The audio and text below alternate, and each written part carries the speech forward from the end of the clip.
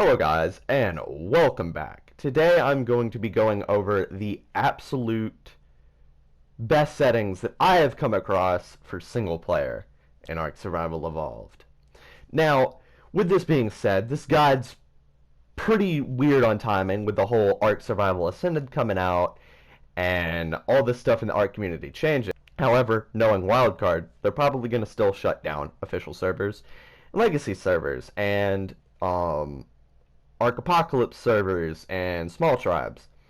So I feel like a lot of people that play those are probably going to be quitting ARK. However, a lot of people that are going to be new to the game, that are coming into the game really late in the game's life cycle, aren't going to really have anything to play. And the problem is I introduce the game to a lot of new people, and they get it, and they try to play single player on their own, and the game starts you and applies the worst single player settings I have ever seen a game auto give a player. They are pretty much unplayable. The levels aren't right, the difficulty's not right, nothing's set up properly. So it basically forces you to play servers, and a lot of people don't have that dedication. Now, I personally don't play servers because it's too much reliance when I've got actual other things to do. Or if I want to play another game, I feel obligated that every time I turn on the console that I have to go attend to something on that server, check on it, and that's even with just PvE. That's not even PvP.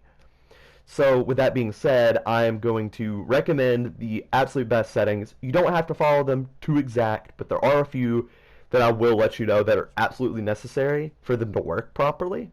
Whatever settings I skip over, just ignore them. If you want to change them, you can. So with that being said, let's get into it.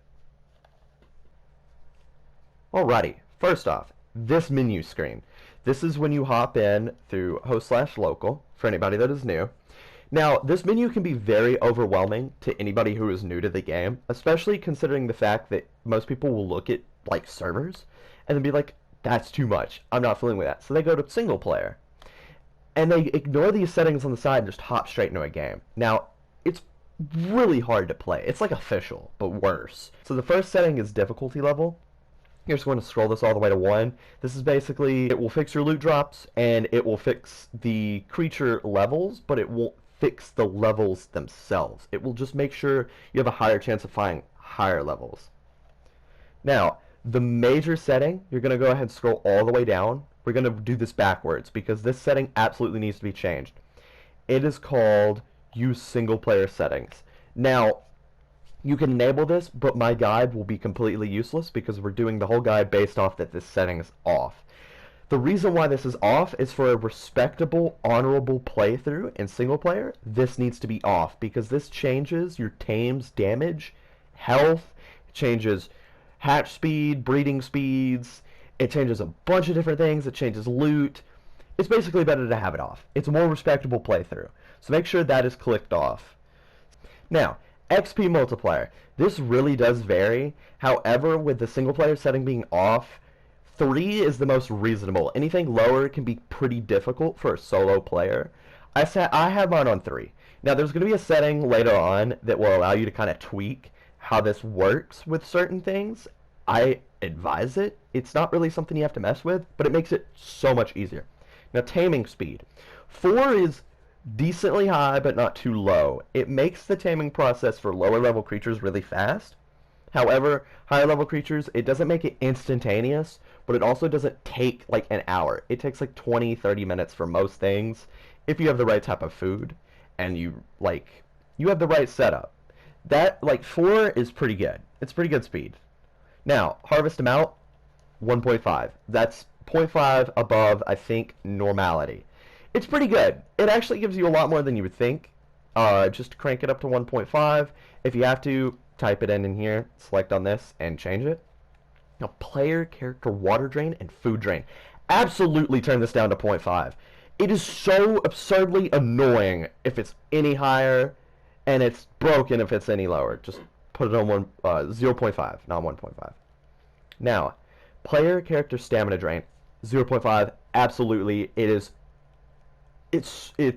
so annoying. It's infuriating to have it on 1. Just put it on 0.5. You'll still lose stamina, but it's not going to be like, oh my god, my guy is crippled. He can't walk 5 feet without crying, so absolutely put it on 0.5. So I think player health recovery, I think the auto is 1. If it is, put it on 1.5 because the player recovers health really slowly. If this is the auto, just leave it. Now, dino count, crank this all the way up because a lot of maps feel dead. Like Crystal Isles, there are some spots where dinos just do not spawn for no reason. I think it's a bug, not very sure. However, just crank it all the way up so you can properly play the game and you can properly find high levels the way you want to. So, in here, we're going to go from the bottom to the top. So first, we're going to enable Corpse Locator. Make sure this is on. This way you can find your bag. Structure, placement, collision. This allows you to build some really magnificent builds, especially for single player. And it allows you to build inside terrain, align your bases so they're very smooth and synced up with terrain or wherever you're building. Allow multiple platform floors. This is great for platform saddles. Unlimited respecs. This is going to allow you to reset your character's levels and engrams multiple times. However, if you're playing single player, this can be really annoying as the fact that if you're playing, let's say, the island, and you need engrams for Lost Island, which is why I don't have a playthrough on the Lost Island, transfer the character to Lost Island and learn those engrams. However, if I want to reset my engrams and reapply levels, I lose those engrams that I learned from Lost Island. So that's really up to you. Now, maximum difficulty. Make sure this is on. This will allow the dino cap to go to a proper increments of 5s all the way up to 150. So that's perfect. Map, player location. I don't know why this isn't an auto like selected, but this is a necessity to even play ARK solo or even really at all. This shows you where you are on the map, making the map non-useless. That's like one of the most complained things that I've ever heard about when people first start. Friendly fire, you can really turn this off if you want to. I have it off so I don't accidentally just smoke my tames with a max level shotgun. Now, this setting here, you can switch this on and off. It basically, PvP mode is not going to allow you to use, so for new people, they're cryo balls, but for new people, they're pokeballs. Basically, if you pokeball a creature and you throw it out, you have to wait 5 minutes before you can throw another out, or it's going to make your tame basically unusable for, let's say, a couple of hours. However, PvP is great for breeding. That way you can get rid of the baby dinos you don't want. While PvE is amazing because you can unlimited cryo. It's amazing for beginning boss fights. However, you can't do breeding as easily. Now, if we go up here, now you can have the notify player joined and left. It's pretty good if you're playing with a friend, like on non-dedicated, just for a minute so you can know when they come in and out. Now, advanced settings. We're going to start at the top. So, the first one is allow cave building PvE. Now, this is where switching between PvE and PvP kind of like changes. But if you have your game enabled to PvE, which you can always change it at any time, this is going to allow you to build in some really cool caves that the game typically would just be like, no, no. And this doesn't go for just artifact caves. I couldn't find the word. Just artifact caves. This works for most caves. There's a lot of caves in the game that just don't really have a use that it's not going to let you build in, which is really weird. Now, allow flyer carry PvE. Absolutely necessary. You're going to want to absolutely enable this because if you have PvE enabled, any kind of creature, not just flyers, but just any kind of creature that can pick stuff up is not going to be able to move stuff around. And there's a lot of creatures whose main use is built around that. So, scroll down here. Don't think that there's anything there. Okay, now, prevent diseases. Now, you can have this off. Most people just turn it off so they don't get rabies or the leech virus, but I have it on, just kind of a little bit of immersion. However, non-permanent needs to be on, because if you get the leech disease, it will stay with you till you cure it, no matter how many times you die. Allow cave flyers. This is an absolute necessity, not so much for the fact that it's kind of, you can cheese a lot of caves with this, which I respectively don't. I still use cave mounts. However, Fjordor is stupid because the 3 biomes you can teleport to, it doesn't let you fly in unless you have the giant bat Desmodus. So absolutely enable that. Override structure platform prevention. This is absolutely it's a necessity because in PvP and PvE, I don't know why this isn't available on most servers, but it's so much fun because you would think, oh, I have this giant Bronto, I'm gonna strap a minigun turret. No, you're not allowed to. Someone at Wildcard literally sat down and said, I'm gonna make dinosaurs with you can build houses on their back, but I'll be darned if you put a gun on it. So enable this if you want to have some fun. You can strap a minigun turret. You can run around on like a Bronto or even a Mosasaur and just smoke creatures with a minigun turret. So much fun. You scroll down to here. Now this one is structure prevent resource radius multiplier. Now there's a couple of settings that kind of correspond with this. You're going to want to set this to 0.5. That way structures aren't immediately in your house, but they're also close to it. With the fact that this game doesn't let you plant like plants and stuff, so a lot of bases look like a wasteland because collecting resources to build it. This is going to allow it where your house looks pretty cool. Now, if there's a structure or a resource that's like in the way, just place a fence foundation, a wood fence foundation, and it should prevent whatever that rock or tree is from spawning in, and it shouldn't be too much of a hindrance.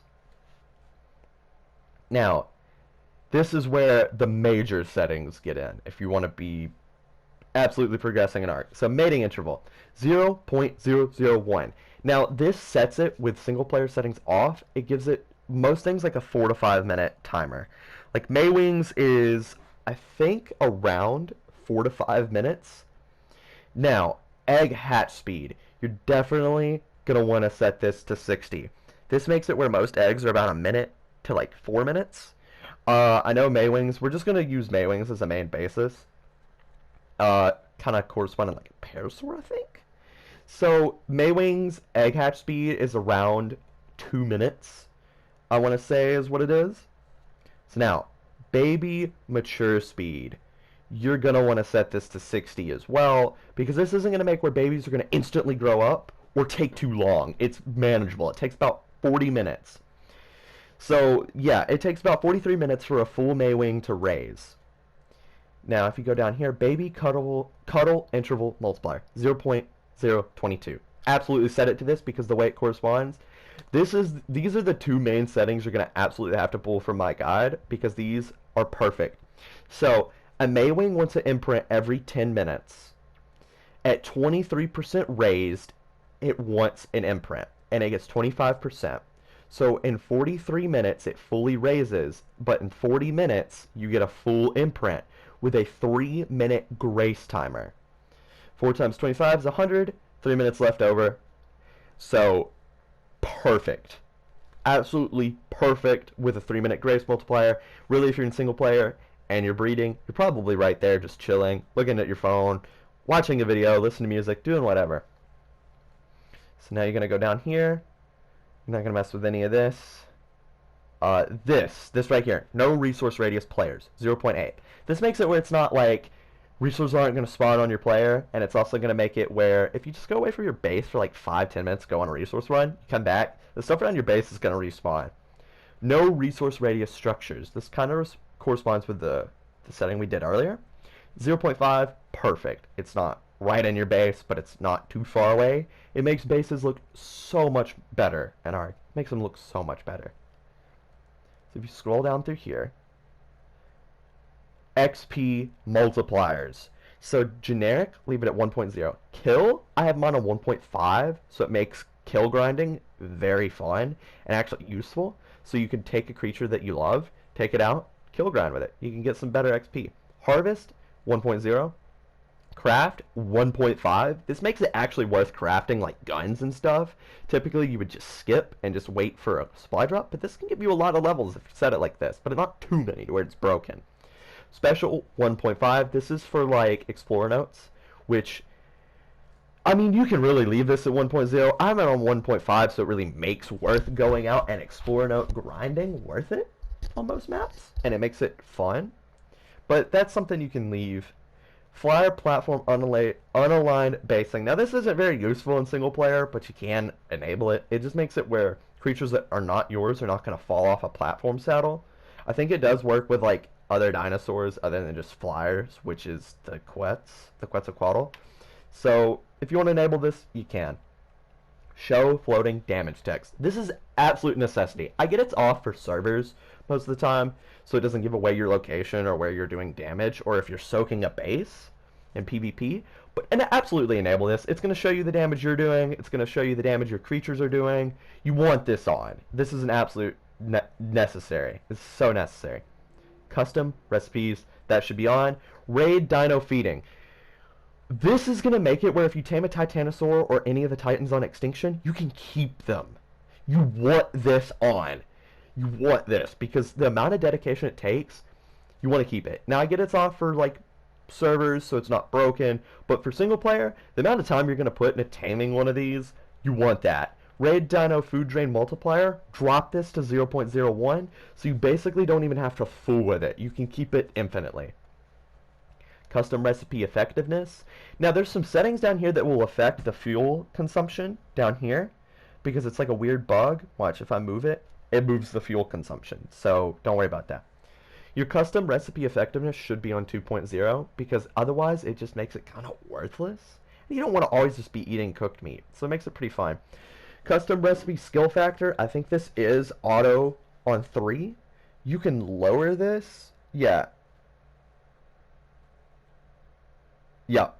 You want to probably lower this. I just leave mine on base. I advise you do the same because you've upped the recipe effectiveness, and the skill factor kind of corresponds with that. And skill factor is a waste of levels.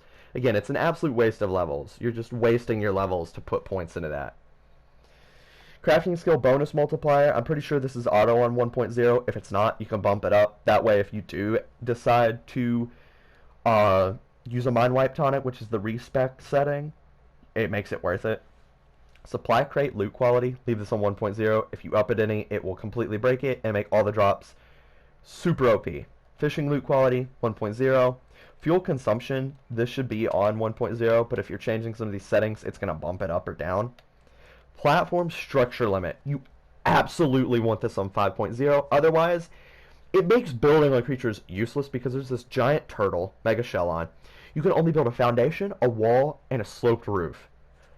It is pathetic. It is absolutely pathetic how small you can only make the buildings on the creatures. I want to build a mansion on my dinos, so that allows you to do that. Now, with that being said, that is all the major settings. There are some others that you can tweak, and some that will actually correspond better if you're playing on PC, because there's no tether.